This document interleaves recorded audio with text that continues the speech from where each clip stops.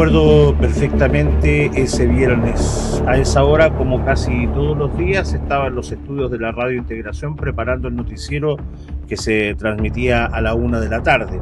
Cuando se abrió la puerta del estudio y apareció el enorme Raúl Yáñez. Era un hombre grande, de voz profunda, de esos locutores que parecían llenar una habitación completa con solamente hablar. Me miró muy serio. Negro, me dijo, acaban de llamar por un asalto en Algarrobo, una balacera. Dicen que hay 2 muertos. No pregunté nada más. Te toca leer las noticias de la 1, le dije, mientras agarraba la cámara. 5 minutos después iba camino a Algarrobo sin imaginar que esa cobertura iba a quedarse conmigo durante más de 20 años.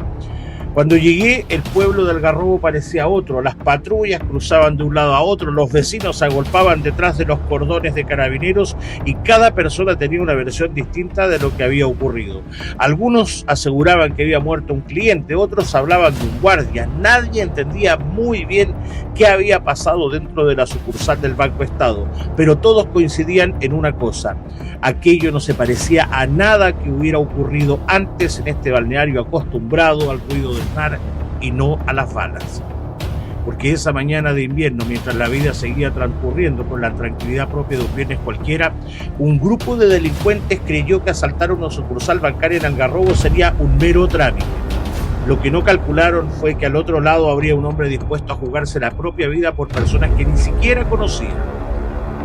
Soy el periodista Juan Olivares y esto es Archivo Policial. Historias que Chile no olvida.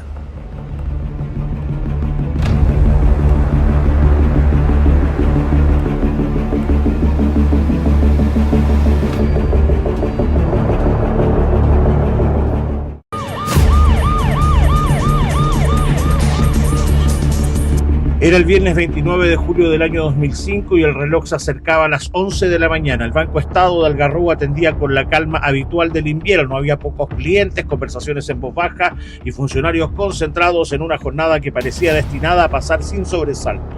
Afuera, el mar seguía golpeando la costa con la misma indiferencia de siempre. Pero todo cambió en cuestión de segundos.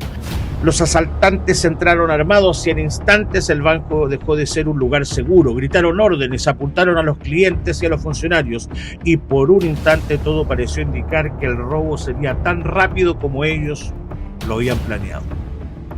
Pero había alguien que decidió romper ese libreto. Marco Antonio Valdivia Garros era el guardia del banco. No era ni policía ni detective, era un trabajador que esa mañana había salido de su casa para cumplir un turno más, como lo había hecho tantas otras veces.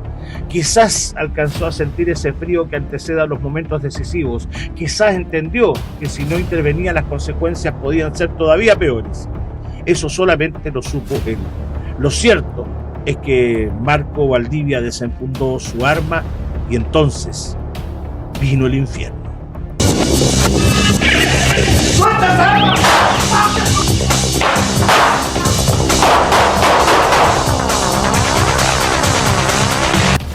Los disparos estremecieron la sucursal, los clientes buscaron dónde protegerse, los vidrios estallaron y durante algunos segundos el tiempo pareció detenerse. Nadie sabía quién seguía de pie ni cuántos hombres estaban disparando. En medio de esa confusión terminó cayendo uno de los integrantes de la banda, Sergio Olea Gaona, mientras Marco Valdivia resultaba gravemente herido. Había conseguido impedir el asalto, pero el precio que tuvo que pagar fue el de su propia vida. Marco Antonio Valdivia Garros murió producto de los disparos y su nombre comenzó a recorrer los noticieros de todo Chile, no porque hubiera perdido la vida en un asalto, sino porque la perdió haciendo aquello que muchos esperan de un héroe y que muy pocos están realmente dispuestos a realizar. Sin embargo, mientras el país conocía la historia del guardia, una trama paralela comenzaba a escribirse en silencio.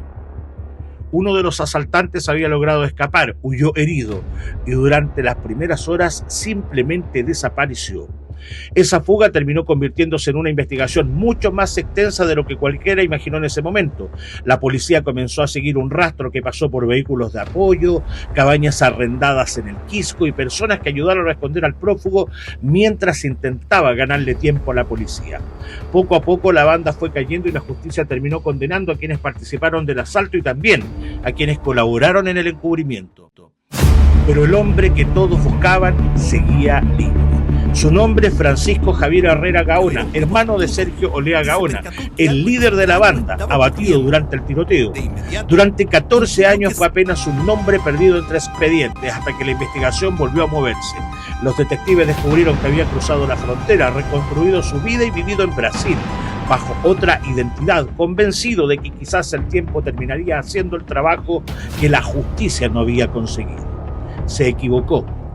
La PDI confirmó la detención en Brasil de Francisco Herrera Gaona, implicado en el asalto a una sucursal de Banco Estado de Algarrobo en el año 2005.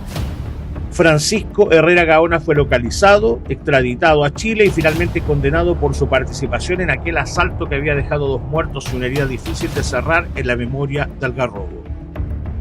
El banco volvió a abrir sus puertas cada mañana. Los turistas nunca dejaron de llegar. Las calles recuperaron su rutina y el balneario volvió a ser ese lugar tranquilo que todos conocemos.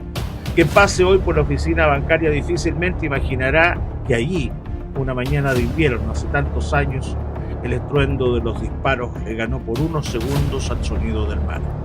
Pero las ciudades también tienen memoria y esa memoria de pronto no guarda los nombres de quienes sembraron el miedo. A veces la obstinada memoria prefiere quedarse con el nombre de quienes decidieron enfrentarlo.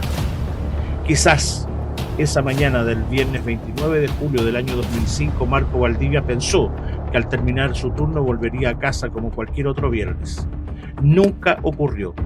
En cambio, el guardia de seguridad dejó algo mucho más difícil de olvidar.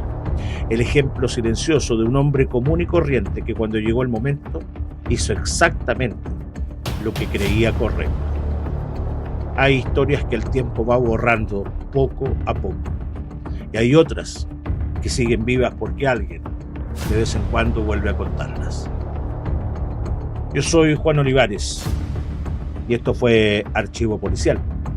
Historias que Chile no olvida.